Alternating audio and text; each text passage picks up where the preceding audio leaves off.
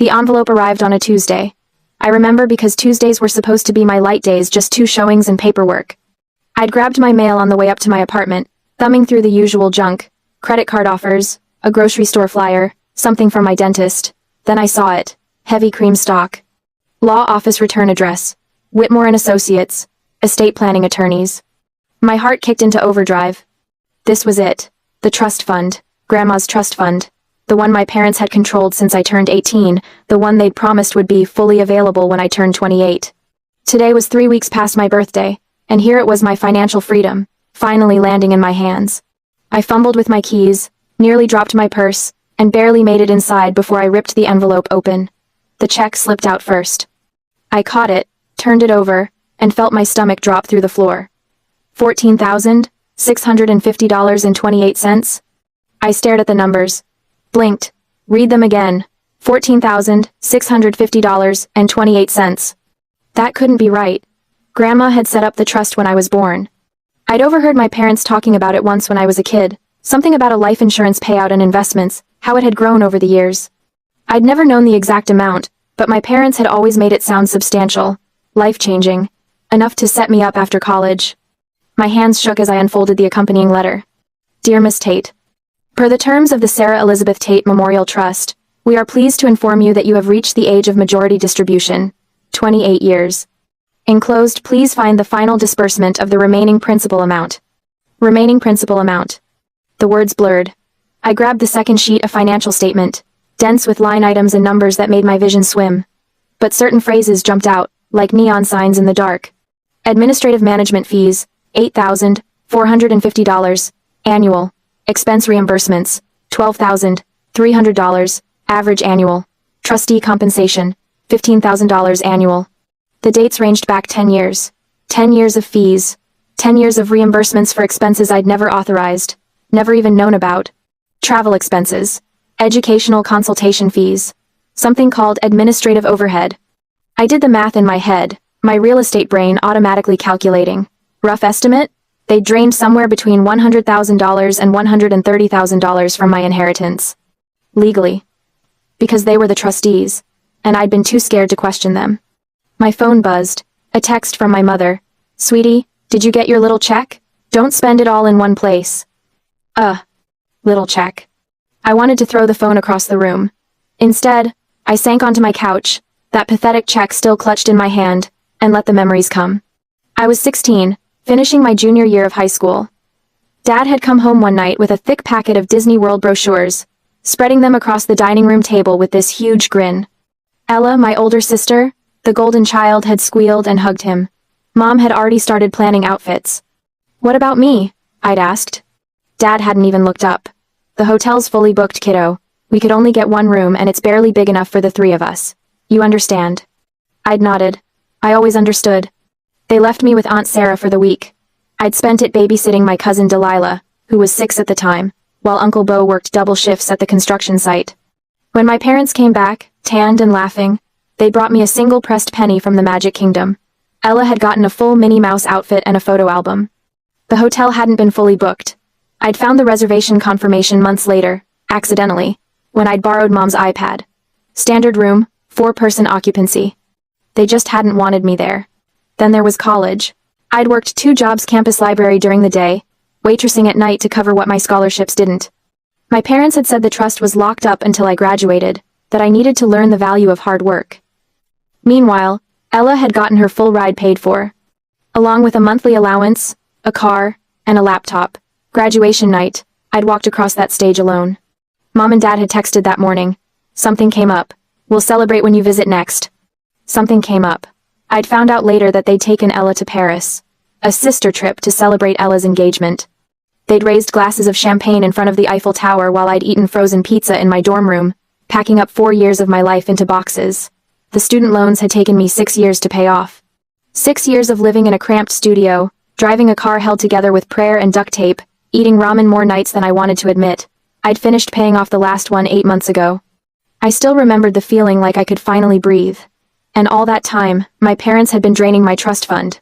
Billing it for their management services, taking what Grandma had left for me, and turning it into their personal ATM. The worst part?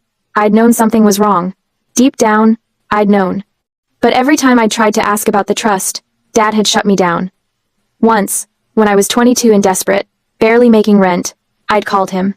Asked if there was any way to access the funds early, just a small loan against my own money. His voice had gone cold. You want to know what happens to ungrateful children who question their parents, Sadie? I'm the trustee. That means I have the legal authority to petition the court to freeze those funds if I have concerns about your mental stability. You keep pushing me, and I'll have you declared incompetent. You won't see a dime until you're 50, if ever. I'd apologized. I'd apologized for asking about my own inheritance. After that, I'd learned to stay quiet, to smile and nod, to accept the crumbs they offered, and never, ever ask for more. But now? Now his power was gone. The trust was dissolved. The check was in my hand, pathetic as it was, and he couldn't hold it over me anymore. My phone buzzed again. I glanced at the screen and felt my blood pressure spike. Facebook notification. It wasn't my parents, they had blocked me long ago to hide their spending. This was from a distant cousin, Marcy, who had uploaded a new album titled Family Reunion to her own timeline. I opened the app. The photo showed my entire family, Dad, Mom, and Ella, lounging on a pristine white beach, drinks in hand, brilliant turquoise water stretching behind them. The caption read, Cabo vibes with the Tate crew. Family vacation, living our best life. Cabo San Lucas. A 5-star resort. Judging by the luxury loungers and the umbrella drinks. This week, right now, they'd left me behind. Again. Only this time, they'd used my money to do it. I stared at that photo until my eyes burned. Then I closed the app, deleted the notification, and sat in the silence of my apartment. $14,650.28. That's what my grandmother's love was worth to them. That's what I was worth. I almost didn't go to Aunt Sarah's that night. I'd promised her I'd come for dinner, just a casual Tuesday thing we did once a month, but I felt raw, scraped, hollow. The last thing I wanted was to put on a brave face, but then I thought about canceling, about sitting alone in my apartment with that check on my coffee table, and I couldn't do it. I couldn't let them take this from me too, so I went. Aunt Sarah lived 40 minutes outside the city, in a neighborhood where the houses were small and the yards were big. Uncle Bo's truck was in the driveway when I pulled up an old Ford, meticulously maintained, the bed full of tools from whatever job site he'd been working. The front door opened before I could knock. There's my girl, Aunt Sarah said, pulling me into a hug that smelled like rosemary and warmth. She was small, barely 5'3", but her hugs were the kind that made you feel safe, protected. I held on maybe a second too long. She pulled back, studying my face. You okay, honey? Long day, I said, forcing a smile. Real estate stuff. She didn't look convinced, but she didn't push. That was Aunt Sarah. She gave you space to breathe, to come to her when you were ready. Inside, Uncle Bo was at the stove, flipping pork chops in a cast iron skillet. He looked up and grinned, his weathered face crinkling. Hey, Sadie girl, just in time. Hope you're hungry.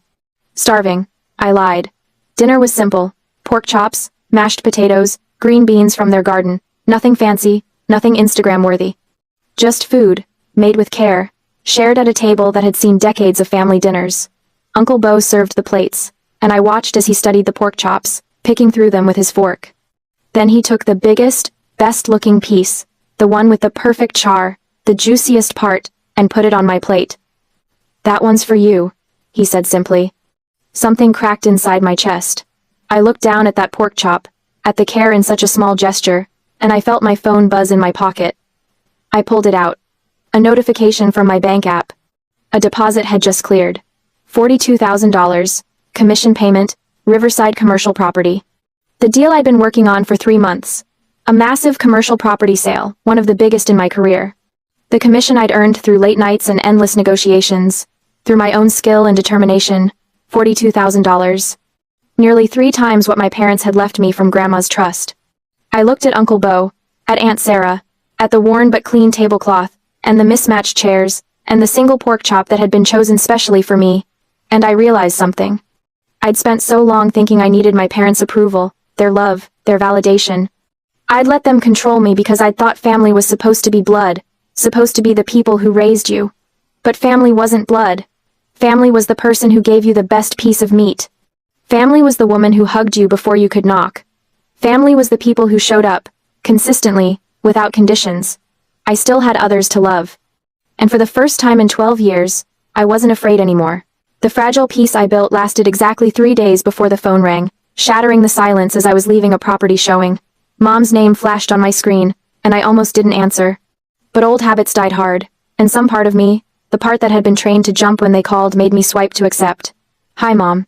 Sadie, sweetheart.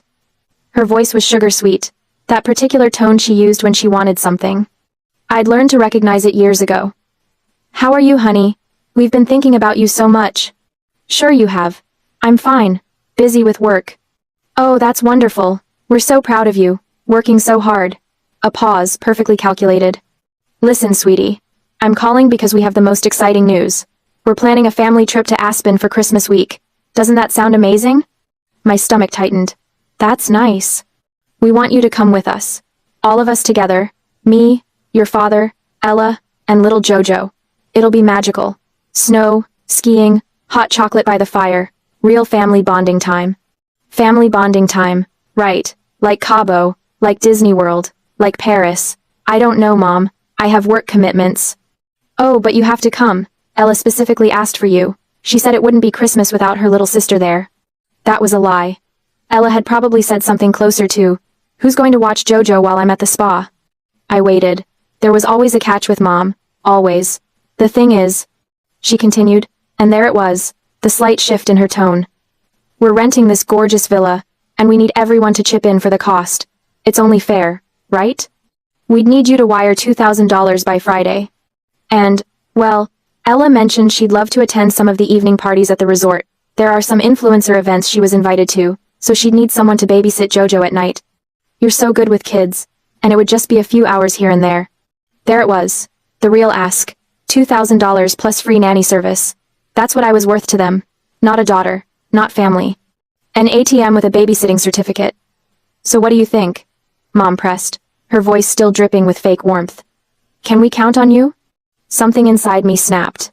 Not loudly, not dramatically. Just a quiet, final breaking of whatever tether had kept me tied to the hope that they might change. No. No. Silence on the other end. Then, what? No, Mom. I'm not coming to Aspen. I'm not wiring you money. And I'm not babysitting. Sadie Marie Tate. I saw Marcy's photos from Cabo, by the way. Looked like you had fun spending Grandma's trust fund on umbrella drinks. Her intake of breath was sharp. How dare you? That money was used for legitimate administrative purposes. Management fees. Right. Funny how those fees paid for luxury vacations while I ate ramen and worked 2 jobs to pay off student loans. You ungrateful. I hung up. My hands were shaking, but not from fear, from adrenaline, from the rush of finally standing up for myself. The phone immediately started ringing again. Mom. I declined the call. It rang again. Declined. A text came through. Your father is going to hear about this disrespect. I blocked the number, then I blocked Dad's number, then Ella's, and I stood there in the parking lot of a commercial property, breathing hard, feeling like I'd just jumped off a cliff. But I wasn't falling. I was flying. That night, I couldn't sleep.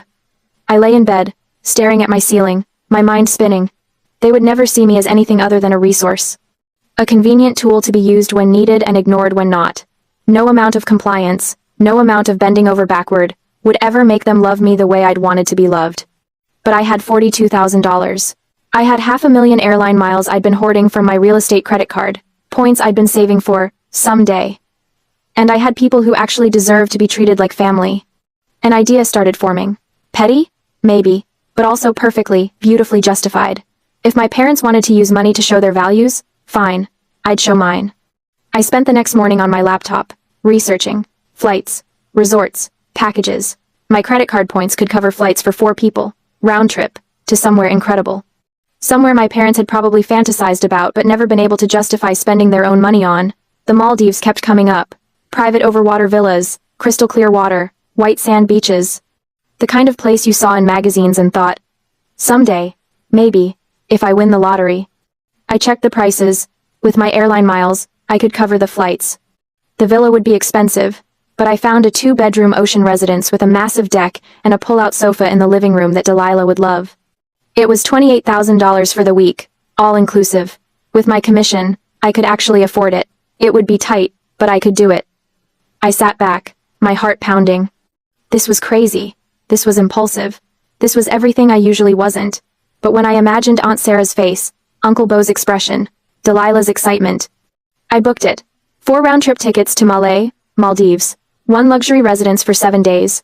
Grand total, after miles and points, $28,000 from my commission. It was the most money I'd ever spent at once in my life. And it felt amazing. I showed up at Aunt Sarah's house that evening unannounced, my laptop tucked under my arm. Uncle Bo answered the door, surprised. Sadie, thought you weren't coming till Thursday. I know. But I need to talk to all of you. Is everyone home? Yeah, Delilah's upstairs. Everything okay? Everything's perfect. We gathered in the living room, Aunt Sarah on the couch, Uncle Bo in his worn recliner, Delilah cross-legged on the floor, her phone in hand like always. They looked at me with varying degrees of curiosity and concern. I took a breath. So, I had a conversation with my mom yesterday. She invited me to Aspen for Christmas. Aunt Sarah's expression tightened. She knew. She always knew. And I said no. Actually, I told her no, hung up, and blocked her number. Delilah's eyes went wide. Holy shit. Language, Aunt Sarah murmured, but she was staring at me with something like pride. The thing is, I continued, I realized something. I've been spending my whole life trying to be part of a family that doesn't want me, and I've been ignoring the family that's been there all along. Uncle Bo cleared his throat. Sadie. Let me finish. I opened my laptop, turning the screen toward them. I just closed a huge commission, $42,000. And I have a bunch of airline miles I've been saving. So I did something kind of impulsive. I pulled up the confirmation email. I booked us a trip, the 4 of us, to the Maldives, private overwater villa, 7 days, all inclusive. We leave in 2 weeks. The silence was deafening. Aunt Sarah's hand flew to her mouth. Uncle Bo just stared, his usually composed face completely blank. Delilah jumped to her feet. Are you serious? The Maldives? Like, the actual Maldives? The actual Maldives. Oh my God, Delilah practically bounced, her phone forgotten. This is insane. This is absolutely insane. Aunt Sarah's eyes filled with tears. Sadie, honey. We can't, that's too much. You can, and you will, I said firmly. You've been my family when my own blood couldn't be bothered. You've fed me, supported me, loved me, without conditions. This isn't charity. This is me saying thank you, and saying that you're my real family. A tear slipped down Aunt Sarah's cheek. Uncle Bo stood up, walked over, and pulled me into a hug so tight I could barely breathe. His voice was rough when he spoke. You didn't have to do this. I know. I wanted to. He pulled back, his eyes suspiciously bright. Then I guess we're going to the Maldives. Delilah was already on her phone, typing furiously. I need to tell everyone. This is the best thing that's ever happened to me. Can I make TikToks there? Please say I can make TikToks. You can make all the TikToks you want, I said, laughing. Aunt Sarah stood, walking over to touch my face gently. Your grandmother would be so proud of you. My throat tightened. I hope so. I know so. You took what they tried to steal from you, and you turned it into something beautiful. She kissed my forehead. That's real strength, honey. And for the first time since opening that envelope with the $14,650.28 check, I felt like maybe Grandma's legacy hadn't been stolen after all. Maybe I'd carried it with me the whole time. Arrival in the Maldives felt less like travel and more like stepping through a portal into a different reality. The water was impossible. That was the first thing I thought when I stepped out onto the villa's private deck. The Indian Ocean stretched out in front of us, so perfectly turquoise it looked, photoshopped. Our overwater residence sat on stilts above the reef, the glass floor panels in the living room revealing fish darting below. The sun was warm without being scorching, the breeze carrying the scent of salt and plumeria. This isn't real, Delilah breathed beside me. She'd been practically glued to her phone since we arrived, filming everything. This literally cannot be real. It's real, Uncle Bo said from behind us. He'd barely said a word since we'd landed, just kept looking around with this expression of quiet awe. Aunt Sarah emerged from one of the bedrooms, her eyes red-rimmed. She'd cried 3 times already. Once on the plane, once when we arrived at the resort, and once when she saw the villa. Happy tears, she kept insisting, but I knew it was more than that. It was the weight of years of struggling, of making do, of never getting to experience something like this suddenly lifted. Even temporarily. I think I'm going to swim, I announced. Anyone want to join? Give me 5 minutes to change. Delilah ran back inside. Uncle Bo settled into one of the loungers with a book, an actual paperback thriller he'd bought at the airport. Aunt Sarah joined him, and I watched them for a moment, her hand finding his, their fingers intertwining automatically after decades of marriage. That's what love looked like. Quiet, steady, present. The next few days blurred together in the best possible way. We snorkeled over coral reefs, ate fresh seafood prepared by private chefs, watched the sunset from our deck every evening. Delilah filmed constantly, her TikTok account exploding with content. Day in the life at a Maldives villa.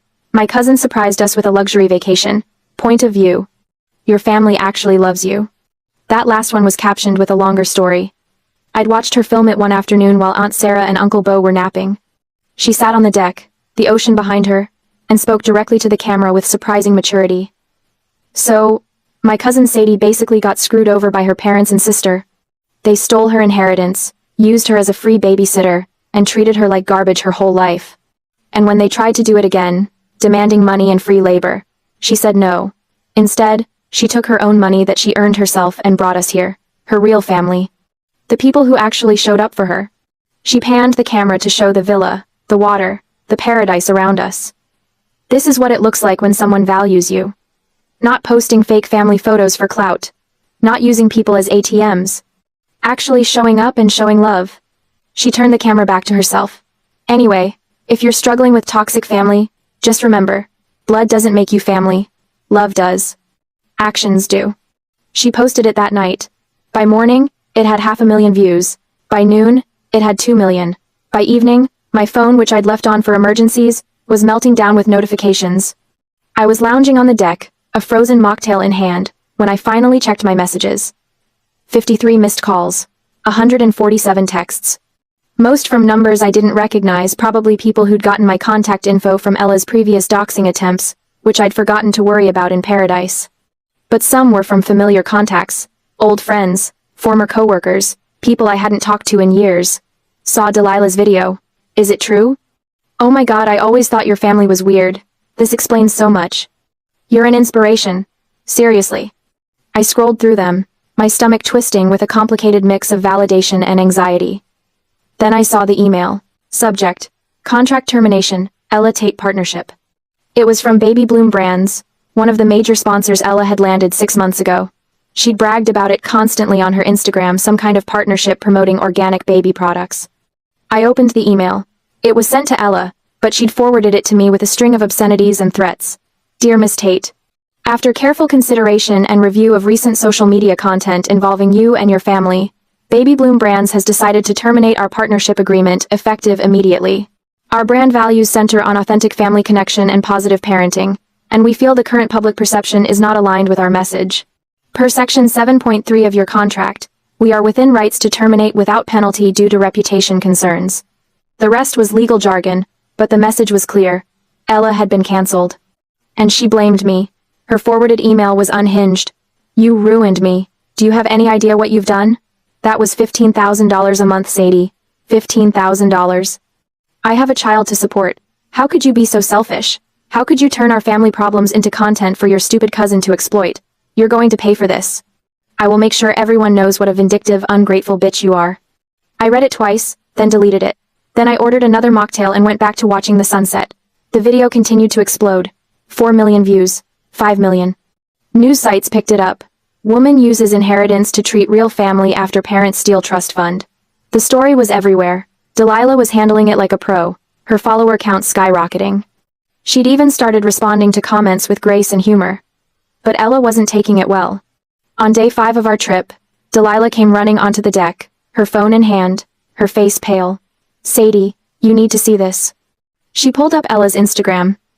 My sister had posted a video, one of her usual overproduced things, shot in perfect lighting with her camera at the ideal angle. But the content was venomous. I need to address something, Ella said, her voice quavering with fake emotion. My sister Sadie has been spreading lies about our family online. She's manipulated the story to make herself look like a victim when, in reality, she's the one who's been ungrateful and cruel. She held up her phone, playing what sounded like old voicemails, but they'd been edited, cut, and spliced to make me sound horrible. I don't owe you anything. My voice said, except I'd actually said, I don't owe you anything more than I've already given, in response to her demanding I buy her a new car. Maybe if you weren't so selfish. Another clip played taken from a conversation where I'd said, maybe if you weren't so selfish, you'd realize Mom and Dad treat us differently, but now it sounded like I was just calling her selfish, unprompted. The video went on, painting me as a vindictive, jealous sister who'd stolen from the family and was now flaunting wealth while Ella struggled as a single mother. The comments were a mix of support and vitriol. Her loyal followers, the ones who'd stuck around, were eating it up. Team Ella started trending. But worse than the video itself was the caption. "Since my sister wants to play dirty, I guess I will too. Her contact info and address are in my bio. Feel free to let her know what you think about family betrayal." "She doxed you," Delilah whispered. "She actually doxed you." I stared at the screen, my peaceful vacation buzz evaporating. My phone started ringing immediately. Unknown numbers. I declined them. Text messages poured in. Too many to read. Most of them hostile. "You're a disgrace. Hope you choke on your fancy vacation. Your sister is a saint and you're garbage." I heard the sliding glass door open behind me. Uncle Bo stepped out onto the deck. "Sadie? What's wrong?" I showed him the video. His jaw tightened as he watched, his expression darkening with every second.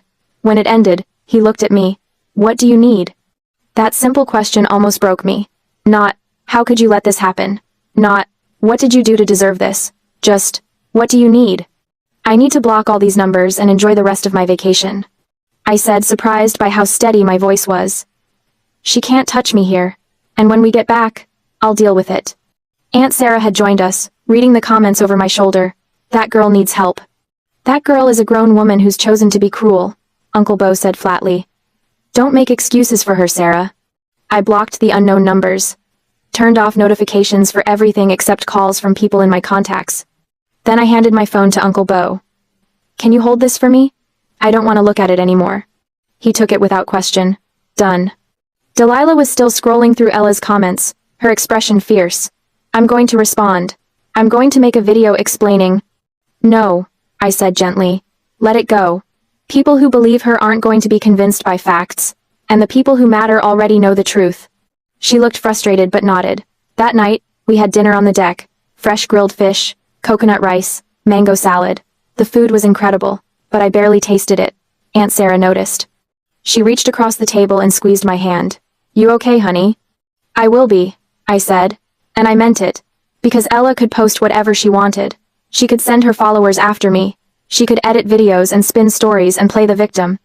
But I was sitting in a private villa in the Maldives, surrounded by people who loved me, while she was sitting at home, cancelled by her sponsors, losing her income. Watching her carefully curated life fall apart. I didn't need revenge. Karma was handling it just fine. The journey back to reality was a 32-hour endurance test. By the time we landed back in the States, I was exhausted in that bone-deep way that comes from too much travel, and not enough real sleep. Uncle Bo drove us all back into the city, dropping Aunt Sarah and Delilah at their house first.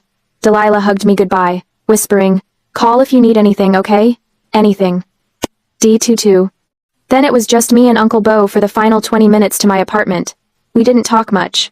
The silence was comfortable, the radio playing old classic rock quietly in the background. But as we got closer to my building, I felt tension creeping back into my shoulders. I'd had my phone off for most of the flight, but I turned it on during our layover in Dubai. The messages had been relentless. Most were blocked numbers now, but a few had gotten through. One from my father. "You've embarrassed this family for the last time. We're coming to collect what you owe us." I'd shown it to Uncle Bo. He'd read it without expression, then said, "I'm staying with you tonight." "You don't have to." "I'm staying." I hadn't argued. My apartment was exactly as I'd left it. Small, tidy, safe. I dropped my suitcase by the door and felt some of the tension ease. This was my space. They couldn't reach me here. Uncle Bo set his overnight bag down and looked around. "What needs fixing?" "What?" "I'm here. Might as well make myself useful. What needs fixing?" I smiled despite myself. The bookshelf in my bedroom is kind of wobbly. I've been meaning to tighten the screws. "Show me." We spent the next hour in comfortable domesticity. Uncle Bo fixed the bookshelf, then noticed a loose cabinet door in the kitchen and repaired that too. I made us a simple dinner, just pasta and jarred sauce, a far cry from the gourmet meals in the Maldives, and we ate at my small kitchen table. "This is good," Uncle Bo said, twirling spaghetti on his fork. "It's prego." "Still good," he smiled. "You know what I mean." I did. It wasn't about the food. It was about the quiet, the simplicity, the absence of drama. It was about being home. They showed up at 8:47 p.m. I was washing dishes when I heard the pounding on my door. Not knocking, pounding. "Sadie, open this door right now." My father's voice, loud enough that I could hear it clearly from the kitchen. Uncle Bo was on his feet instantly, moving toward the door, but I grabbed his arm. "Don't," I said quietly. "Let me handle this." I pulled out my phone and opened the Ring app. The doorbell camera showed all three of them. Dad, red-faced and furious. Mom, arms crossed, her expression cold. And Ella, holding her phone up, clearly recording. More pounding. "Sadie Marie Tate, you owe us for the damage you've caused. Ella lost $15,000 a month because of your lies." I tapped the intercom button. "I can see you on my camera. This conversation is being recorded. Leave immediately, or I'm calling the police." "You little—" Dad's face contorted with rage. "You don't get to dismiss us. We're your parents. Open this goddamn door." "No, leave, now." Mom leaned toward the camera, her voice saccharine and poisonous at once. "Sadie, sweetie, we just want to talk. Family should be able to talk things out, don't you think? Be reasonable." "There's nothing to talk about. You stole my inheritance. Ella doxed me, and now you're harassing me at my home. Leave, or I'm pressing charges for trespassing." Ella shoved forward, screaming into the camera. "You ruined my career. You turned our private family business into a public spectacle. You owe me compensation, you selfish bitch." "The only thing I owe you," I said, my voice cold and steady, "is nothing. Everything I did with my own money that I earned. You're not entitled to my income, my time, or my presence. Leave." Dad's face went from red to purple. "You think you can talk to us like this? You think you're untouchable now because you have some money? I will make your life hell, Sadie. I will destroy everything you've built. I'll call your boss, Wham! He kicked the door. Hard. The frame shook, and I heard the deadbolt rattle. My heart jumped into my throat. Uncle Bo was moving before I could react. He crossed to the door in 3 long strides. "Bo, don't," I started, but he was already unlocking the deadbolt. The door flew open, but it wasn't me standing there. It was Uncle Bo, all 6'4" of him, filling the doorframe like a mountain made flesh. The change in my father's expression was instantaneous. The rage drained from his face, replaced by something I'd never seen there before. Genuine fear. Uncle Bo didn't yell. He didn't need to. His voice was low, calm, and somehow more terrifying because of it. "Daniel." My father took a step back. "Bo, this doesn't concern you. You're harassing my daughter. That concerns me very much." "Your daughter?" Dad's laugh was shaky. "She's my daughter. This is family business. Family doesn't kick down doors. Family doesn't steal inheritances. Family doesn't threaten." Uncle Bo took 1 step forward, and all 3 of them retreated. "You're not her family. You're bullies who got mad because she finally stood up to you." "Now you listen here," Dad tried, his voice rising. "No, you listen." Uncle Bo's tone didn't change, but something in his posture did. He seemed to grow larger, more solid. "You have 5 seconds to get off this property. If you're still here after that, I'm going to break the leg you used to kick that door. Are we clear?" The silence was absolute. Mom grabbed Dad's arm. "Daniel, let's go. This isn't worth it." But Ella, foolish and furious, stepped forward with her phone. "You just threatened assault. I got it on video. We can sue you for—" Uncle Bo looked at her, and whatever she saw in his face made her words die in her throat. "You threatened to ruin Sadie's career. You doxed her, exposing her to harassment and potential danger. You showed up at her home uninvited and damaged her property." His voice was still calm. "You want to compare legal problems? Please, try me." Dad's hand closed around Ella's wrist. "We're leaving." "Smart choice," Uncle Bo said. They backed away toward the stairs. My apartment was on the 2nd floor, moving like cornered animals. Mom kept her eyes down. Ella was crying, mascara running. And Dad looked small, diminished. At the top of the stairs he turned back. "This isn't over." "Yes," Uncle Bo said. "It is." They left. I heard their footsteps heavily descending the stairs, then the slam of the building's front door vibrating through the floorboards. Uncle Bo stood there for another moment, watching through the doorway, making sure they were really gone. Then he closed the door, locked it, and turned to me. I was shaking. "You okay?" he asked gently. I nodded, then shook my head, then started crying. He pulled me into a hug, this solid, safe presence that smelled like sawdust and Old Spice. "It's okay, they're gone. I've got you." They were going to— I couldn't finish, but they didn't. And they won't. He pulled back, hands on my shoulders. "Bullies are always cowards, Sadie. Always. They only attack when they think you're weak and alone. But you're not alone." I wiped my eyes. "Thank you. For being here. For—" You don't thank family, he said simply. My phone buzzed. A text from an unknown number. You think you've won? Wait until we destroy your job. See how smug you are when you're unemployed. I showed Uncle Bo. He read it and his jaw tightened. Time to get a restraining order. Will they approve it? I mean, they didn't actually hurt me. They threatened you, damaged your property, and you have it all on video. That's enough. He pulled out his own phone. I'm calling the police to file a report right now. You're documenting everything. Starting tonight. I nodded, feeling numb but also strangely calm. Uncle Bo made the call, walking through what happened with professional efficiency. Within 20 minutes, 2 officers were at my door, taking statements, reviewing the ring footage. One of them, a woman in her 40s with kind eyes, looked at me seriously. You did the right thing not opening that door, and you should absolutely file for a restraining order. This kind of escalation, it doesn't get better on its own. Will they retaliate? I asked. She glanced at her partner, then back at me. Some people do, but you're building a paper trail now. Every violation gets documented. Every threat makes their case worse and yours stronger. After they left, Uncle Bo insisted on staying the night, taking my couch despite my protests. I tried to sleep but kept startling awake, convinced I heard pounding on the door again. Around 2 a.m., I gave up and went to the kitchen for water. Uncle Bo was awake too, sitting on the couch with his phone. Can't sleep either? I asked. Just keeping watch. Old habits. He'd done 2 tours in Afghanistan, so some things never left you. I sat down beside him. Do you think they'll really try to ruin my career? He was quiet for a moment. Probably. It's all they have left. What if they succeed? Then you'll rebuild. You're good at what you do, Sadie. One incident won't erase that. He looked at me. But I don't think they'll succeed. Because you're prepared now. You're not the scared kid they used to control. I was scared tonight. Being scared and being weak aren't the same thing.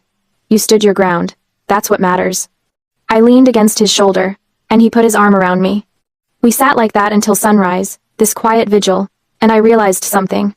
I'd spent 28 years looking for a father's protection, and I'd had it all along. I just hadn't known where to look. By the time the morning of the open house arrived, I woke up with a knot in my stomach that no amount of coffee could dissolve. This listing was everything. A $3 million luxury property in the most exclusive neighborhood in the city. Modern construction with floor-to-ceiling windows and smart home technology throughout. I'd worked for 3 months to get this listing, beating out agents with twice my experience. It was supposed to be my breakout moment. The sale that would establish me as a serious player in luxury real estate. My boss, Richard Sterling, had made that clear when he'd assigned it to me. Don't screw this up, Tate. We have 5 serious buyers flying in specifically for this showing. These are the kind of clients who can make or break careers. No pressure. I'd spent the previous week preparing, professional staging, catering arrangements, security coordination, photography for the listing materials. Everything was perfect. Everything had to be perfect. Uncle Bo had gone home yesterday after making me promise to call if anything felt wrong. I'd filed the police report, started the restraining order paperwork, and blocked every number I could think of. 2 days of silence had passed. No calls, no texts, no appearances. Maybe they'd actually backed off. Or maybe they were planning something worse. The open house was scheduled for 2 p.m. on a Saturday. I arrived at 11 a.m. to do final checks. The house was stunning. All clean lines and natural light, the kind of place that photographed like a dream. The catering staff arrived at noon, setting up the dining room with elegant hors d'oeuvres and champagne. Security arrived at 1 p.m., 2 professionals I'd hired specifically for high-end events like this. They'd check in each visitor, verify appointments, and maintain a subtle presence. We expecting any trouble? Asked Marcus, the head of security. I hesitated. I have a complicated family situation. There's a possibility they might try to cause a scene. You have photos? I pulled up pictures on my phone. Dad, Mom, Ella. These 3. If they show up, do not let them in, and call me immediately. Marcus studied the photos, then forwarded them to his partner. Got it. We'll keep an eye out. By 1:30, everything was ready. I changed into my best outfit, a tailored navy suit that said, professional, without being stuffy, and reviewed my notes one last time. At 1:45, the first guests arrived. A couple in their 60s, pre-qualified, genuinely interested. I gave them the tour, highlighting the features, answering questions. They loved it. More guests trickled in. By 2:30, the house was full, approximately 20 people, all dressed well, all serious buyers, or their representatives. Richard Sterling had come too, standing in the corner with his phone, observing. This was going perfectly. That should have been my first warning. At 2:47 p.m., I was in the master bedroom showing a couple the walk-in closet when Marcus appeared at the door, his expression tight. "Miss Tate? A word?" I excused myself, stepping into the hallway. "What's wrong?" Two women just slipped past the checkpoint. They were wearing oversized sun hats and dark sunglasses, registered as Sarah and Emily Wilson. But once they got into the living room, they took the gear off. "It's them." My blood turned to ice. "They're inside?" "They're downstairs." We realized too late.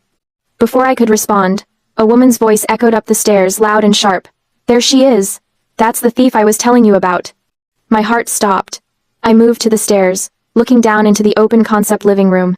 Every guest had turned toward the commotion. Mom and Ella stood in the center of the room, and Ella had her phone up, live streaming. "Everyone needs to know what kind of person they're dealing with," Ella announced, her voice carrying to every corner of the house. "This woman, Sadie Tate, stole from her own family. She took our retirement money and spent it on herself, flaunting it online while we struggle." "That's not," I started, but Mom cut me off. She swayed dramatically, one hand pressed to her forehead. I can't breathe." Then she collapsed onto one of the staged sofas, a picture of theatrical distress. Several guests gasped. Someone asked if they should call 911. "No need," Mom said weakly. "It's just the stress. The stress of having a daughter who betrayed us so completely." I stood frozen at the top of the stairs, my mind spinning. Every eye in the house was on me. Richard looked horrified. The potential buyers looked confused, uncomfortable, eager to leave. 3 months of work, my career, everything I'd built, they were trying to destroy it all. Ella continued to live stream, narrating every moment. "This is the person selling you this house, everyone. A liar and a thief. Ask yourselves, do you really want to work with someone like this?" Something inside me snapped. Not into panic, into clarity. I walked down the stairs slowly, deliberately, pulling out my phone. As I descended, I locked eyes with Marcus. "Call the police," I ordered, not breaking stride. "Criminal trespassing and disturbing the peace. I want them removed." "You can't," Ella started. "I can, and I am." I turned to address the room, keeping my voice calm and professional. "Ladies and gentlemen, I apologize for this disruption. These two individuals are my estranged mother and sister. They've been harassing me for weeks after I refused to give them money. I have documented evidence, police reports, and pending restraining orders. This is, unfortunately, an escalation of that harassment." One of the older gentlemen, a man in an expensive suit who'd been seriously considering the property, stepped forward. "You're filing a police report?" "Yes, sir, immediately." He looked at Mom and Ella with undisguised disgust. "Then I'd say you're handling this with remarkable professionalism, Miss Tate." Mom sat up, her fainting spell apparently forgotten. "You don't understand, she ruined her sister's career. I understand perfectly," the man said coldly. "I've seen this kind of manipulation before. My own daughter deals with a similar situation." He turned to me. "I'll wait to continue the tour after they're removed." Other guests nodded in agreement. One woman actually moved to stand beside me, a silent show of support. Ella was still filming, but her expression had changed. She was realizing this wasn't going as planned. Marcus and his partner moved in, each taking an arm. "Ladies, you need to leave. Now." "Get your hands off me!" Ella shrieked, trying to pull away. "This is assault. You're all witnessing assault." "You entered under false names," Marcus said calmly. "That's fraud. You're trespassing on private property. You have two choices. Walk out now, or be carried out and charged with resisting." Mom started crying, real tears this time, but born of rage, not grief. "Sadie, please, don't do this. We're your family." I looked at her and felt nothing. No guilt, no pain, just a vast, empty relief. "No," I said quietly. "You're not." They were escorted out, Ella screaming profanities the entire way. Several guests actually applauded when the door closed behind them. Richard Sterling appeared at my elbow, his expression unreadable. "My office. Monday morning." My stomach dropped. "Richard." "To discuss the restraining order paperwork," he continued. "You need to file it immediately. I'll be a witness to this incident if needed." He looked around at the disrupted open house. "Now, let's get back to business. You have properties to sell." I almost collapsed with relief. The police arrived within 10 minutes. I gave my statement, provided the security footage, and watched as officers went outside to speak with Mom and Ella, who were sitting in their car, refusing to leave the neighborhood, The gentleman in the expensive suit, Mr. Harold Brennan, I learned, stayed through the entire process. When the police finally left, taking Mom and Ella's information and issuing them citations, he approached me again. "That took guts," he said. "My daughter's been fighting her ex-husband's family for 3 years. She's learning what you clearly already know. Bullies don't stop until you force them to." "Thank you for staying," I said. "You didn't have to."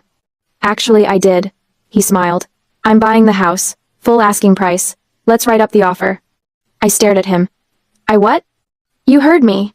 Anyone who can handle that situation with that much grace and professionalism is someone I want to work with. Plus, the house is gorgeous. It's a win-win." By the time the open house officially ended at 5 p.m., I had 3 offers, 1 at asking price, 2 above it. Richard pulled me aside as I was packing up. "You did good, Tate. Really good." "Really? Even with the scene?" "Especially with the scene. You kept your cool, protected the clients, and handled it by the book." He paused. "Get that restraining order. Document everything. And if they try this again, you call me immediately. We take care of our agents here." I nodded, not trusting my voice. As I drove home that evening, my phone rang. "Uncle Bo." "How'd it go?" he asked. "They showed up, caused a scene, got arrested for trespassing." Silence. Then, "You okay?" "I'm okay. Actually, I'm better than okay. I sold the house." "Course you did. You're a Tate." I smiled. "No, I'm a Miller." His laugh was warm and rich. "Damn right you are." The courthouse hallway was surprisingly quiet for a Monday morning, a stark contrast to the noise that had filled my life for the past 3 months. I sat on the wooden bench, sandwiched between Aunt Sarah and Uncle Bo, a thick folder of evidence resting on my lap like a shield. Inside that folder lay the wreckage of my biological family's choices, the ring footage of a father kicking a door, police reports of a mother feigning illness, and screenshots of a sister's digital cruelty. My lawyer, Patricia Whitmore, had called it airtight, but my heart still hammered a nervous rhythm against my ribs. When the hearing room doors finally opened, the process was clinically efficient. Judge Reynolds reviewed the footage with a furrowed brow. He watched my father's violence and my sister's screaming fit at the open house, his expression hardening into disapproval. "This is clear harassment," he ruled, his voice echoing in the high-ceilinged room. "Temporary restraining order granted. The respondents are prohibited from contacting you, directly or indirectly. Any violation results in immediate arrest." The scratch of his pen on the order sounded louder than a shout. It was the sound of a heavy chain finally snapping.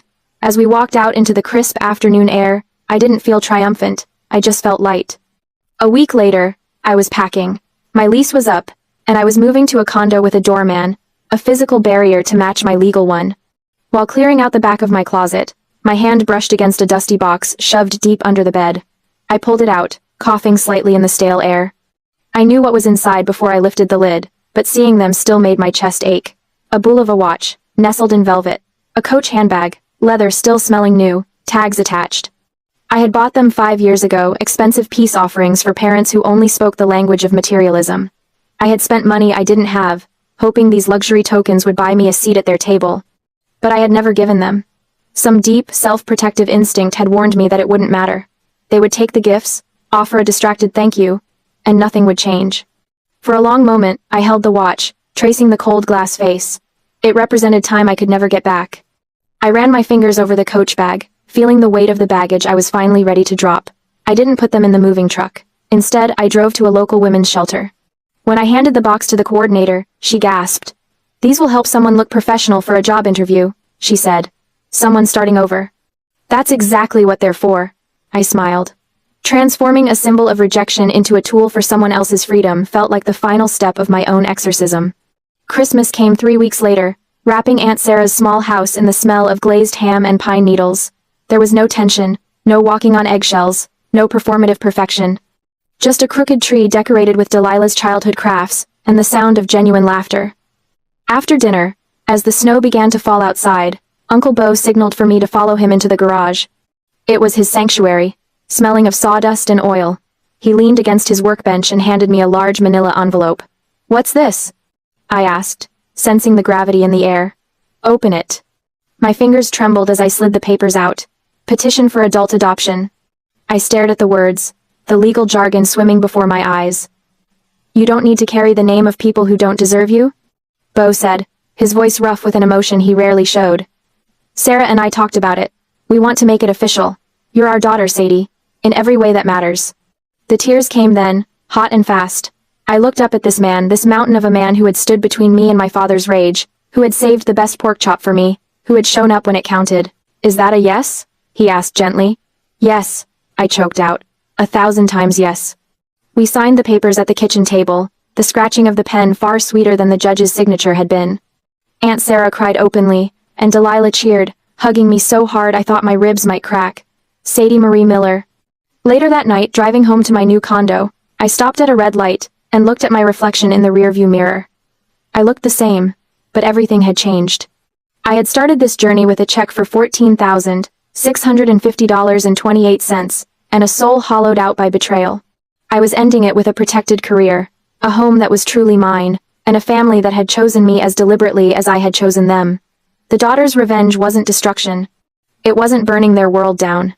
It was building a beautiful, impenetrable life in the ruins they had left behind. It was choosing love over bitterness.